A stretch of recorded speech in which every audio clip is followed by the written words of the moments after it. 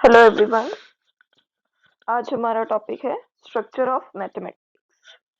तो structure of mathematics important topic है आपका, ये पेपर में आ सकता है। तो इसमें हमें क्या लिखना है कि हमारे मैथमेटिक्स में जो हम सॉल्यूशन निकालते हैं उसका स्ट्रक्चर कैसा है। ठीक है, तो सबसे पहले इसमें कुछ पॉइंट्स हैं, उसको ध्यान में रखना है। तो some observations lead to form hypothesis. जब हम कोई भी ऑब्जर्वेशंस करते हैं तो उनसे हाइपोथेसिस बनते हैं। फिर हाइपोथेसिस को हम वेरीफाई कर सकते हैं एग्जांपल्स की हेल्प से। फिर जो वो वेरीफाइड हाइपोथेसिस होते हैं उन्हें हम एक्सियम्स बोलते हैं। फिर एक्सियम्स को यूनिवर्सली एक्सेप्ट किया जाता है विदाउट प्रूफ।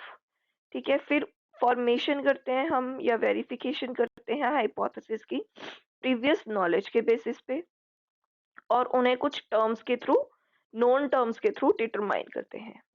ठीक है, फिर also previous knowledge and known terms may be used to explain some new terms। उनकी वजह से हम जो पुराने जो होते हैं टर्म्स, उनकी वजह से हम कई न्यू टर्म्स भी इन्वेंट करते हैं या न्यू टर्म्स भी लेके आते हैं। उसे हम बोलते हैं डेफिनेशंस। न्यू टर्म्स को डेफिनेशंस देते हैं। तो इस तरीके से जब न्यू स्टेटमेंट्स बनती हैं उन्हें लॉजिकली एक्सियम्स और डेफिनेशंस के थ्रू बनाया जाता है, एंड फिर वो एक थ्योरम बन जाती हैं।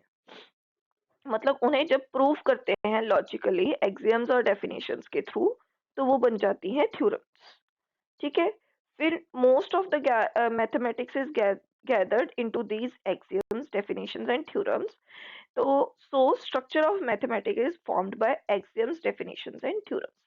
ठीक है, तो इसका स्ट्रक्चर इस तरीके से बनता है।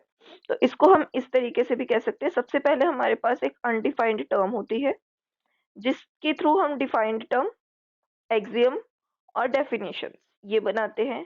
फिर उनके थ्रू हम कुछ प्रोपोजिशंस बनाते हैं और उन प्रोपोजिशंस के थ्रू हमारी थ्योरम बनता है। तो आप ये स्ट्रक्चर अगर बना के आओगे तो बहुत ही इफेक्टिव बनेगा आपका।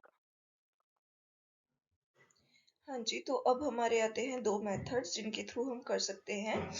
ठीक है, तो इसमें आता है इंडक्टिव मेथड और डिडक्टिव मेथड। इंडक्टिव रीजनिंग जो होता है ये आता है आपका पर्टिकुलर टू जनरल। मतलब अगर हमारे पास एक छोटा सा रूल है तो इसको ये अप्लाई करते हैं एक बड़ी सी थ्योरम के फॉर्म में, तो उसे हम बोलते हैं इंडक्टिव रीजनिंग। इस ये मान के चलता है कि ये हर सिचुएशन में सिमिलर ही होता है। वेयर एज डिडक्टिव रीजनिंग में क्या होता है, ये जनरल टू पर्टिकुलर जाता है। मतलब एक अगर बड़ी थ्योरम है हमारे पास तो ये उसे अलग अलग सिचुएशंस के ऊपर अप्लाई करके देखता है। मतलब एक ये सिचुएशन है, एक ये सिचुएशन है, दोनों के ऊपर अप्लाई करके देखता है, उसके बाद इसको कंप्लीट रीजनिंग देता है। तो लॉजिकल प्रोसेस होता है जिसमें ये जनरल टू पर्टिकुलर जाता है। इसमें हमारे पास तीन पार्ट्स हैं। तो फर्स्ट है हमारा अनडिफाइंड टर्म। सबसे पहले हमारे पास एक प्रॉब्लम होती है, एक अनडिफाइंड टर्म होती है जिसके थ्रू हम उसकी डेफिनेशन बनाने की कोशिश करते हैं। तो हम उसे डिफाइन करते हैं। उसकी डेफिनेशन के बाद उसकी प्रूविंग के लिए हम उसके रूल्स, रेगुलेशंस, एक्सियम्स, पोस्टुलेट्स ये सारी चीजें देखने लगते हैं। तो उनके थ्रू हम उसको अप्लाई करते हैं तो हमारी एक थ्योरम निकल के आती है या थ्योरम बन जाती है। तो इस तरीके से हमारा ये कंप्लीट हो जाता है।